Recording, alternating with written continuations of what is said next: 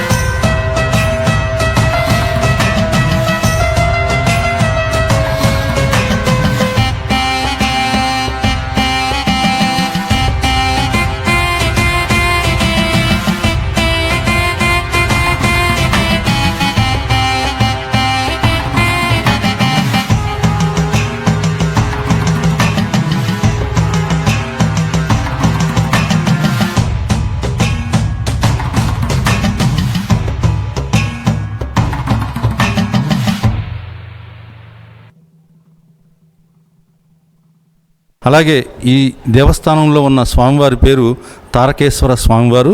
మరి ఈ స్వామివారి యొక్క మహిమ, ఇక్కడ ఈ గుడి కట్టడానికి గల సంకల్పం, ఎవరు నిర్మించారు, ఇటువంటి విషయాలన్నీ కూడా అర్చక స్వామివారిని అడిగి మనం తెలుసుకుందాం. నమస్తే అండి. ఇది శ్రీ తారకేశ్వర స్వామి దేవాలయం, విజయరాజ గణపతి సమేత అన్నపూర్ణ సమేత తారకేశ్వర స్వామి దేవాలయం. ఇది బాపట్ల జిల్లా సూర్యలంక గ్రామంలో ఉంది. ఇది బాగా ప్రాచీనమైన దేవాలయం. 1200 సంవత్సరాల నాటి కళ ఇది.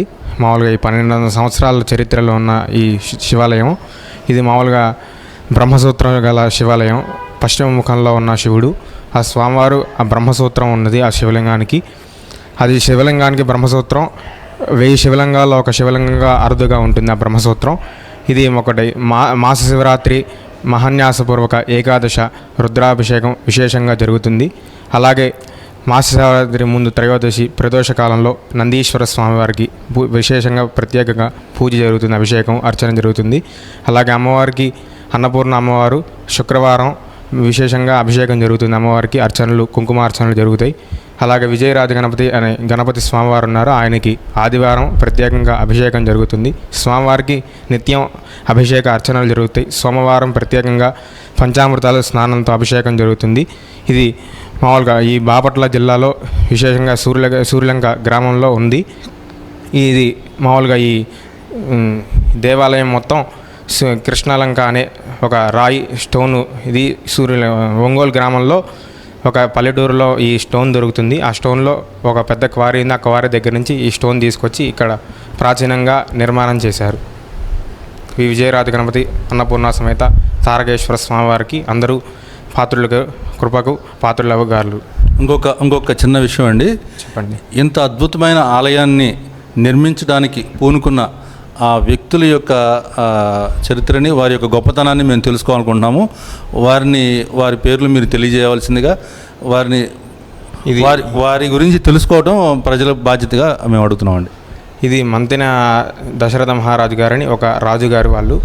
వాళ్ళు మామూలుగా పురాతనంగా ఒక పాత శివాలయం, ఒక బాలాలయం కట్టి ఆ బాలాలయాన్ని నిర్మించుకుంటూ ఈ పెద్ద శివాలయాన్ని నిర్మించుకున్నారు. ఇది 14 కోట్లతో కూడి ఉంది. ఈ శివాలయం బాగా ప్రాచీనంగా ఉంది. ఈ శివాలయం మంతెన దశరథ మహారాజు అనే ఒక రాజుగారు, ఆయన సభ్యులు, ఆయన బంధువులు అందరూ కలిసి ఈ గుడిని నిర్మించారు. బాగా ఈ సూర్యలంక గ్రామానికి వచ్చిన వాళ్ళు, విశేషంగా ప్రజలందరూ ఈ తారకేశ్వర స్వామివారికి పాత్రలుగా అవి స్వామివారికి పాత్రలు అవుతారు.